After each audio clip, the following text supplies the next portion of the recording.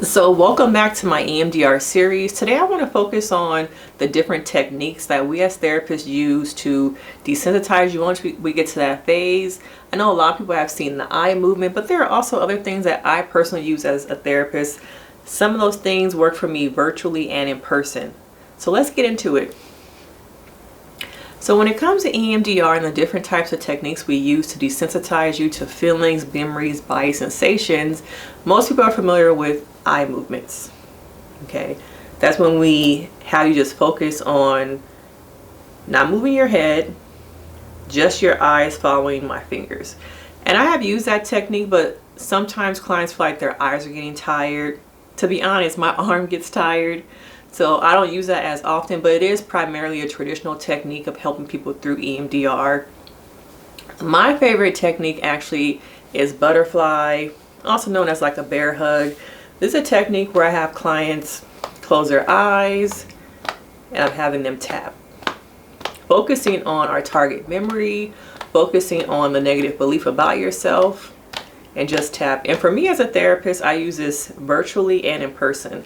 And I feel like it's really effective. And for me, I can notice when people's minds are becoming very activated in that core memory that we are focusing on.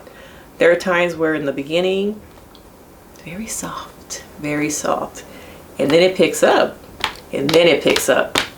And I'm like, okay, that memory is really activated. And so I will have someone just tap, tap, tap.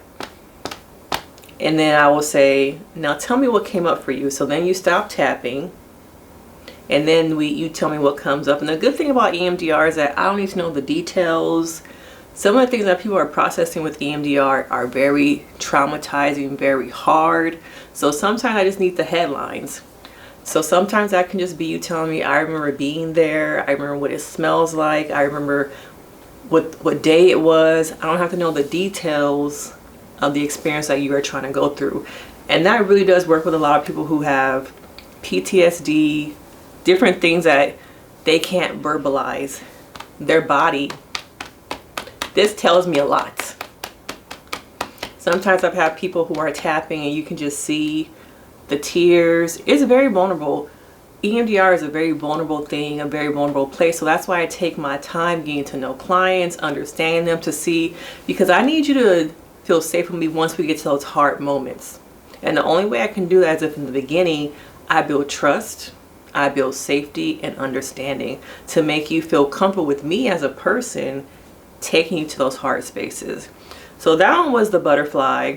I've also had people tap on their legs, closing your eyes, just tapping on your legs. I prefer these ones because they work in person and virtually. I've had clients say they've had virtual EMDR and the therapist had them look at two corners of the room for their session. They're just looking at the different corners, and that, you know, that might work for some people, but I feel like for me, this is very versatile. This is very versatile. This is too, but I prefer things related to the body, because your body remembers all of that trauma, all that stuff you need to really be focusing on.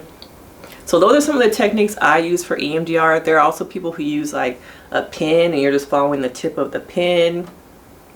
You might also be following a light. That's something also. But these are some of the techniques I use for EMDR. I want to give you guys a little bit of an understanding of what are some of the techniques, what to kind of expect when it comes to reprocessing, desensitizing yourself. Hopefully these things helped you. Let me know in the comments, have you ever had an EMDR session? Have you been curious about EMDR? Let me know your thoughts. Make sure you subscribe, like, and I will see you in the next video. If you subscribe, then you know when all my videos drop and you never have to miss anything. All right, I will see you next time.